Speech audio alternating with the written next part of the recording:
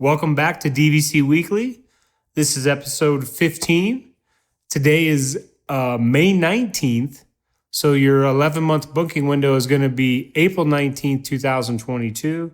And your 7-month booking window is going to be 12/19/21. Both are very busy times. One Very is much so, yeah. Easter next year and around Christmas for this year. My name is Jason Erpelding. I'm the broker of Buy and Sell DVC. And this is Scott Ferrioli, the owner of Buy and Sell DVC and DVC-RENTAL.com. He stole my line. I had one line and he stole it. And the producer wanted me to mention for the buy and sell side on Twitter and Instagram, the account is Buy and Sell DVC. We do update the new listings on both Twitter and Instagram. So if you use those, be sure and follow us there and you can watch the new listings as they come in. And for Instagram and Twitter, for your DVC-rental, it is just DVC Rental without the dash. Twitter and Instagram don't allow dashes in there. So for Twitter and Instagram, and same with YouTube, it's just DVC Rental. But when you go to the website, don't forget that dash or you'll pay too much cash. That's my line. I like it. So today we're going to talk about some questions we have that members have when they're adding on to their membership. So one of the common questions we get is, if I own 200 points at Saratoga Springs and I buy 100 additional points at, say, the Polynesian, how does that work? So some members think that if they buy that 100-point Polynesian, it's going to give them the 7 to 11-month booking priority for all 300 points. I see that a lot. Yeah, it's not the case. What you're going to have is still going to have your 7 to 11-month window at Saratoga with those 200 points. And now you're going to have the 7 to 11-month window at the Polynesian with those 100 points. Now, under 7 months, of course, you can use them all together, but you cannot use your Saratoga Springs at the Polynesian 7 to 11 months in advance, and you can't use your Polynesian points at Saratoga 7 to 11 months. Yeah, Disney's smarter than that. Otherwise, people would buy a 50-point contract at some resort that's really hard to get into, and then load up on a 500-point contract at a much less expensive resort, and then use all of those points to stay at Grand Californian. So it would blow out the system, and Disney wouldn't have enough points at these smaller resorts to work. And then another question is, so I currently own a March use year. If I buy additional points, does it have to be a March use year? How does that work? So if you buy more points, it's the same use year. You put the same names on the deed that are on the current membership. Everything's going to fall under the same membership number. You're going to have your membership number, your contract number that probably ends -0. You're going to have an additional contract number. It's going to end -1. Everything is going to be seamless, basically. Now, if you buy a different use year, you're going to be given a new membership number and a new contract number. Now, you can still log in to the same DVC member account. It'll have your membership number. Like, for example, I just had a seller that owned 210 points at Old Key West with a June use year, 170 points at Old Key West with a December use year. Everything was still under the same DVCmember.com. They had the one membership number, contract number, but you can still use the points. Like some people will transfer the points from one membership to the other, then make the reservations. Exactly. It's an extra step, but it can very easily be done the same exact way as if you had one membership number. And that's really where, you'll get a lot of divide. Like some members, they don't have an issue with owning many different use years and having many different membership numbers. I have a bunch. So it's not a problem. And then you'll get other members that I've had them, they bought a second different use year. They got a new membership number. After a couple of years, they didn't like it and they sold it and bought something with the same use year. So it's really personal preference on that. Yeah, a little trickier. You've got 2 banking windows and stuff, but otherwise it can be done. But I understand why a lot of people would want to keep it together in one membership number. And then another question we get is someone will see a listing, let's say for 300 points at the boardwalk with the June use year, but they only want to buy 75 of those points. They don't want to buy all 300. They'll ask, is that possible? It's not possible. whatever something is deeded for is how it has to be sold.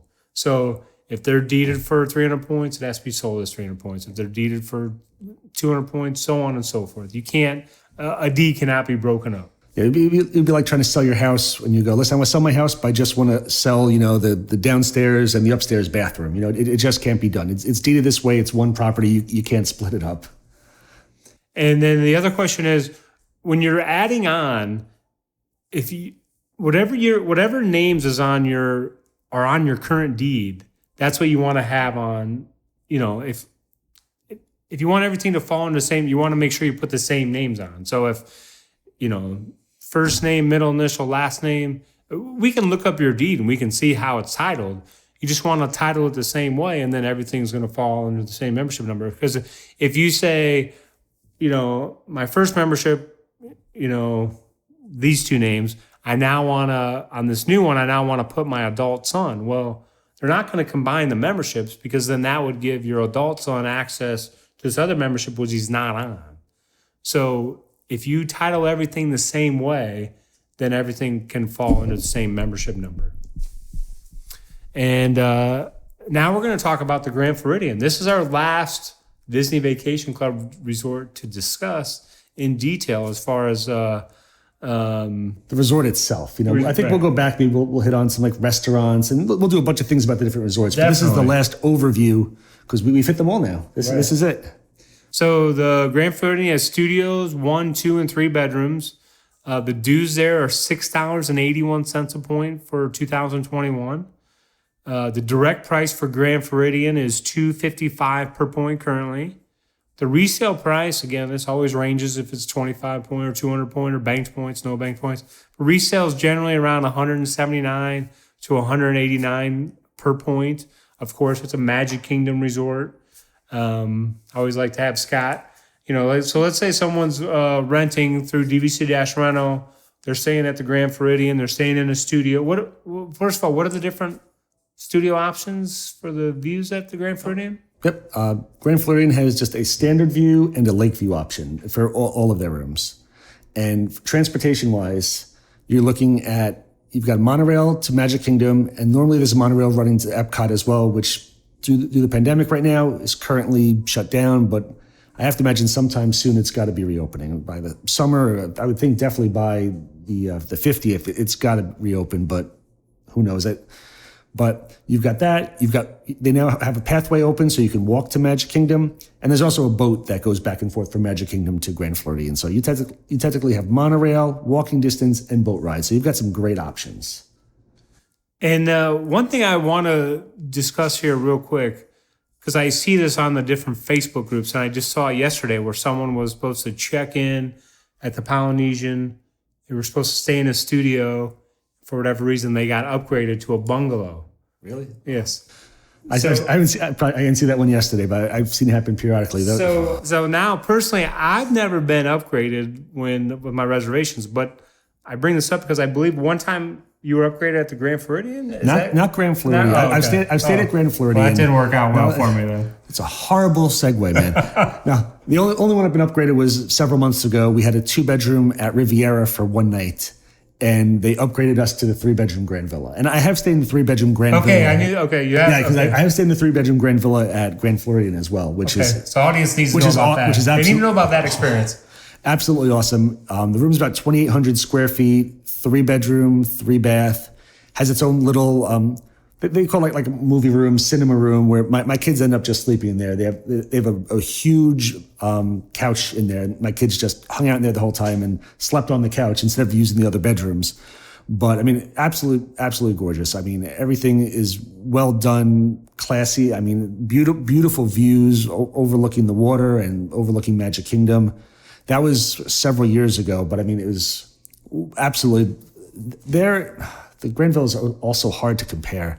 That might be my overall favorite Grand Villa, but I mean, it was Riviera and Boardwalk are really, really nice too. Old Key West has a really nice Grand Villa and best bang for the buck, relatively inexpensive for a Grand Villa, but that was really nice. But the Grand Floridian Grand Villa, I think is the nicest room I've probably stayed in on property. Absolutely beautiful. So I have not stayed at the Grand Floridian. So at all? Any rooms? I haven't. Oh. So if my 11-year-old was here, he would ask you, what's the water side like? and how good is the Wi-Fi there?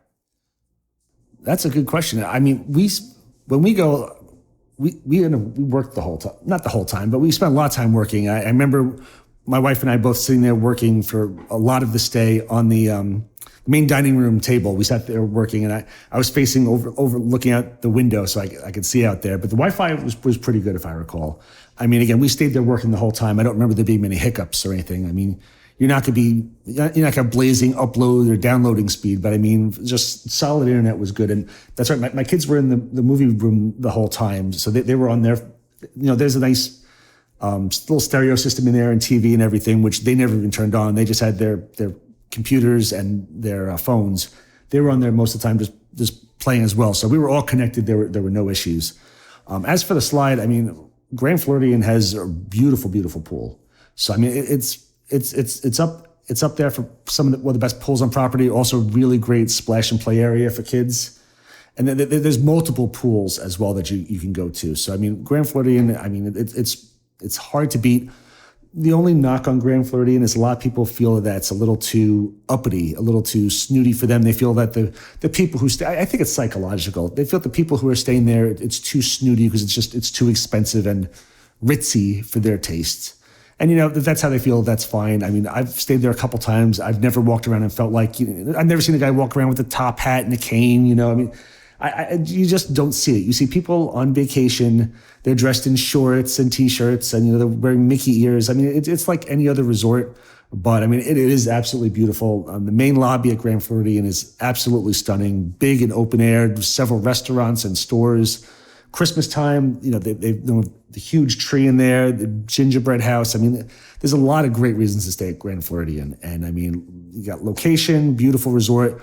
Rooms are huge. The only rooms on property that have TVs in the bathrooms, in the mirrors, which sounds silly, but it's kind of cool to be sitting there, shaving in the morning, and you've got Sports Center in the mirror, watching it in the background. So Grand Floridian's gorgeous resort and fantastic location and access to everything. So I always give Grand Floridian a thumbs up. So when you say that with the water slide, kids would enjoy the water slide there? Okay. I mean, and all the DVC resorts have water slides on them. Right. I mean, like my kids they like Bay Lake Tower. They like the boardwalk. I know it's changed with the clown. Of course they like the beach club. So I was just wondering. Oh yeah, great slide. I just figured I'd mention that. All the DVC resorts have that. They call it a feature pool, which means that it has a slide there. So no matter where you stay, it's going to have a nice slide. Not all pools are created equal. Grand Floridian is definitely towards the top for having some of the best pools on property. And I just want to mention, he talks about the people that are staying at the Grand Floridian. So I used to work for Disney Vacation Club. I was a ASA. That's the person that you see in the resorts or in the parks. They're trying to get you to take a tour, learn about Disney Vacation Club. I was at the Grand Floridian. It was a Sunday morning. I was looking in my computer at something, and then I hear this voice. The voice is not talking to me. It's talking to someone else. Is it Mr. Peanut with the top hat and the cane and the monocle? I was like, that sounds like Hulk Hogan.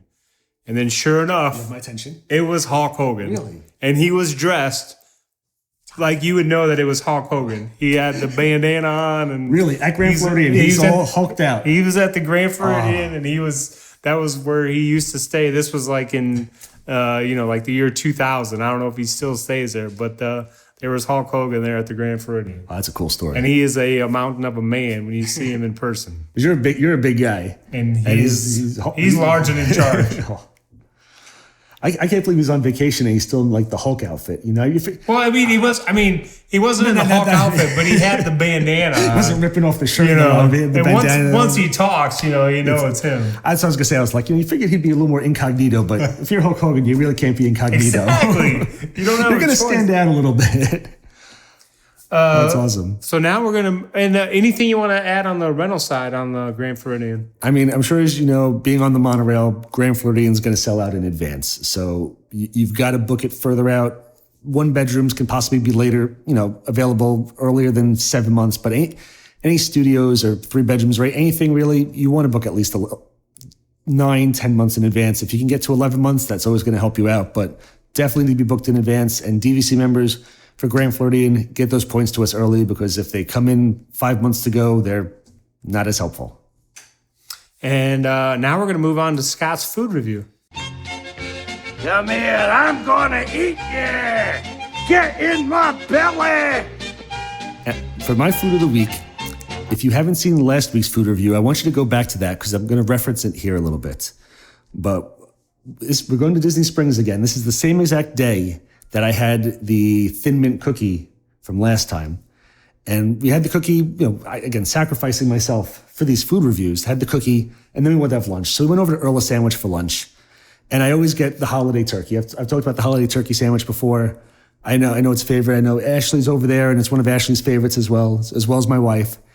And as I was, you put in your order, and then you kind of like wait in the line to go pay. And I passed what they had, a brookie, which is half brownie, half cookie, on the side there. And I picked, it comes in like a little plastic wrap, so it's prepackaged already. And I was like, let me see how much this is.